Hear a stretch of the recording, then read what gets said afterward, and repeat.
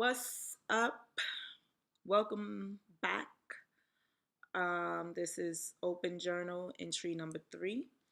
And we've all, honestly, this is a pretty tough week. In general, I'm already dealing with some stuff personally, and plus having to deal with looking through social media right now, and it's just becoming a headache. So I kind of had to leave that alone and uh, restrict myself from commenting on things and saying things because my mouth can be a little bit on the runway and it does what it want to do, and it's who I am, it's who I always been, and it's who I'm going to be. So with that being said, let's just move on to my story.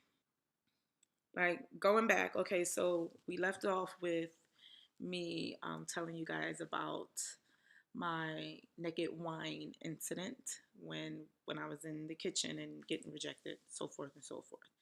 And a lot of you made comments about how you felt rejected before and you had some type of body issues, and whether honestly whether any kind of insecurity is self-inflicted or is um, uh, basically put on us by other people and how they feel about us. It's just a hard thing to deal with in and of itself. Is a generally a hard thing to build yourself up from in general.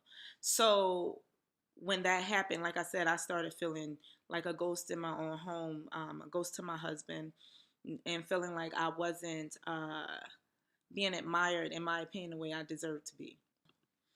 I do remember not feeling connected with him and not feeling like we was vibing together. Like it seemed like every little thing was like a tit for tat kind of like argument or whatever. And I just remember, just trying to be strong through it all and feeling like I was doing everything that I could do to connect back with my husband. I remember, saying we need to go on date. We need to have a date night. I remember saying we need to go to counseling. I remember saying, when those things didn't work out, I remember actually locking the door one day when we was up in the bedroom and the kids was playing downstairs. I just remember locking the door and saying, all right, well, I cooked dinner, brought both our plates upstairs, brought him a drink, brought me a drink upstairs. And I just remember saying, we haven't had a date night. And I kind of just want to spend some time with you uninterrupted. So, I basically took it upon myself to create a date night in our bedroom. But that, of course, gets easily interrupted when you have kids. Let's just not, makes no bones about it. But it lasted for a little minute to still know that I didn't have a connection. Something was wrong. So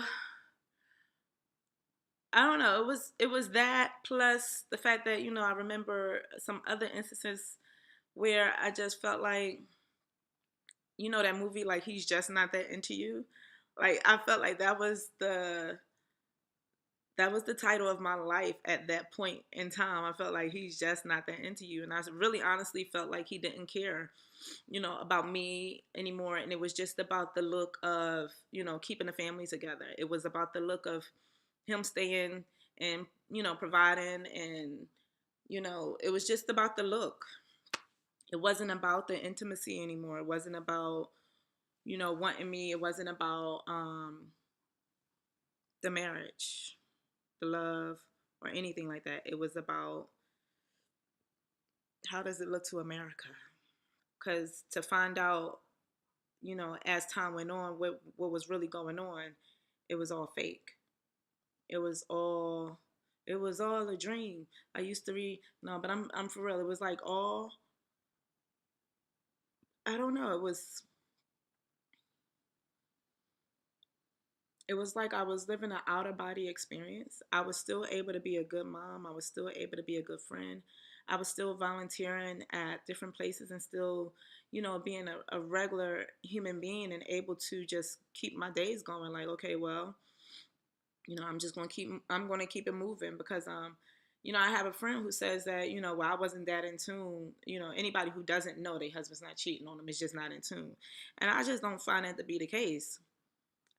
I really wanted to believe it was because he was probably overworked and he was tired, or it had to be some other explanation for why we wasn't connecting, but it wasn't cheating. It had to be some other explanation, and I just wanted to believe that. So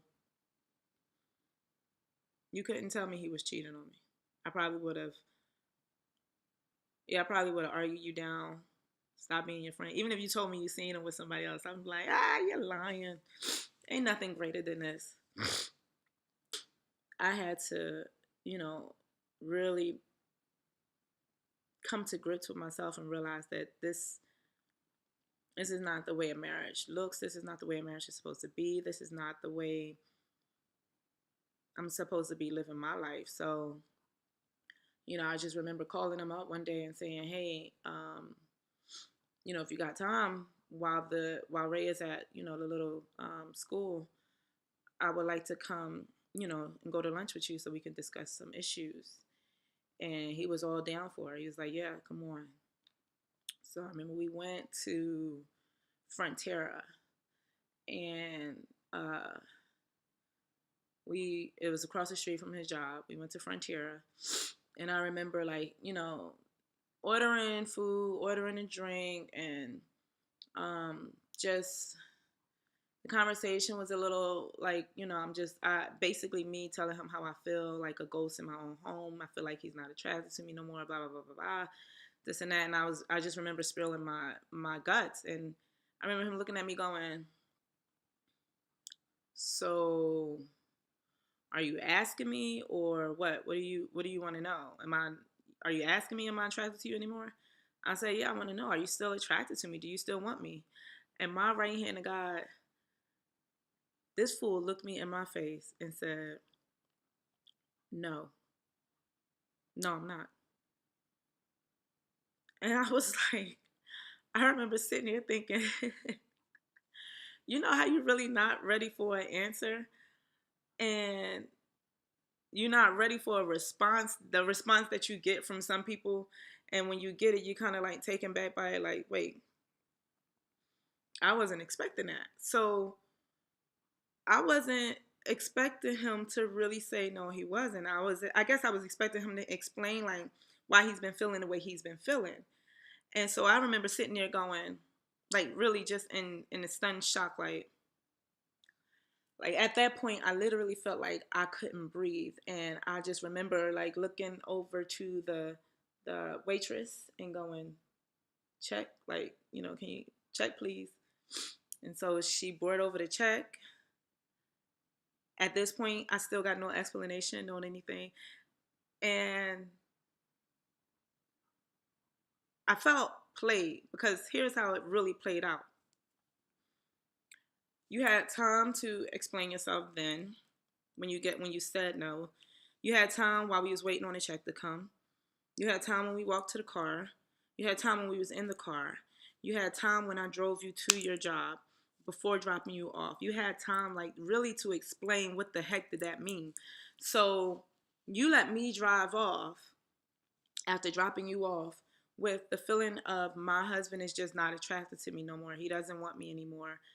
And I don't know if anybody really knows what that feels like for your husband to literally just say, "No, I'm not attracted to you no more." And I don't, for me, maybe it was the looks. It could have been anything, but at that point I didn't know what it was.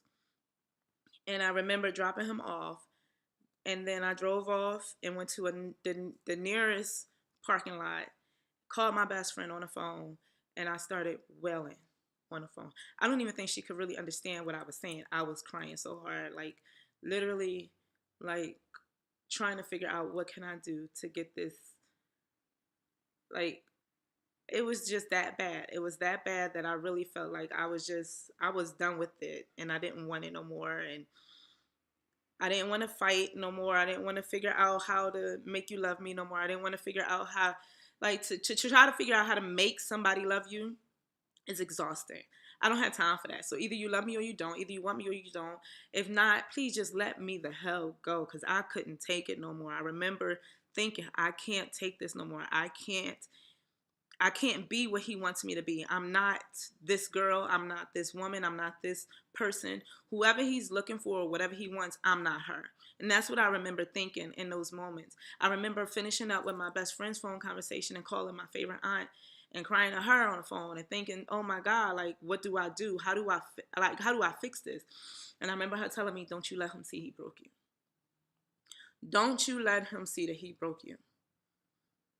You're beautiful, you're smart, you're a good mother, you're a good person. Don't you let First of all, don't let him break you this way. Secondly, don't let him see that you're broken by what he said. Pick your head up, keep moving. And I remember thinking, okay, all right, like I can do this. Because even then, and just to give you a time frame, that had to be okay. So my birthday was June 23rd, um, and I remember asking, "Can I come party at one of his DJ spots?" And he told me, "No, you wouldn't like it." Blah blah blah. This and that. Come to find out, that's another story to be told as to why I was told no. But okay, so my birthday happened. This had to be sometime in July that this conversation happened. And I think I remember just throwing my hands up, being through. F it, I ain't gonna try no more. It's a wrap. It's a wrap. So uh, I'll tell you the truth though. That was that was the key moment that set me on that page of, oh, you gonna get caught. You gonna slip up, you gonna get caught, and I'm gonna catch you. Because you gonna slip up. You're gonna slip up. And at that point I think I knew for a fact something is going on. Something's going on. And you gonna slip up. That's what I remember thinking. And lo and behold, he slipped up.